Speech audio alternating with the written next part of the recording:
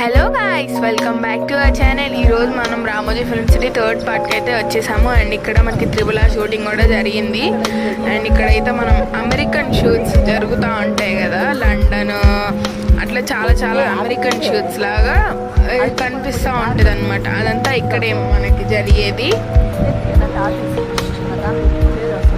ఇది వాళ్ళు పిలిచేది లండన్ స్ట్రీట్ అంట. అండ్ సైడ్ ఒక గొరిలా ఉంది, దాంట్లో అయితే మనకి యానిమేషన్స్ ఎలా గ్రీన్ మ్యాట్తో చేస్తారు అని చెప్పి అయితే చూపించారు. అండ్ లైక్ అవతార్ ఎగ్జాంపుల్ తీసుకుంటే,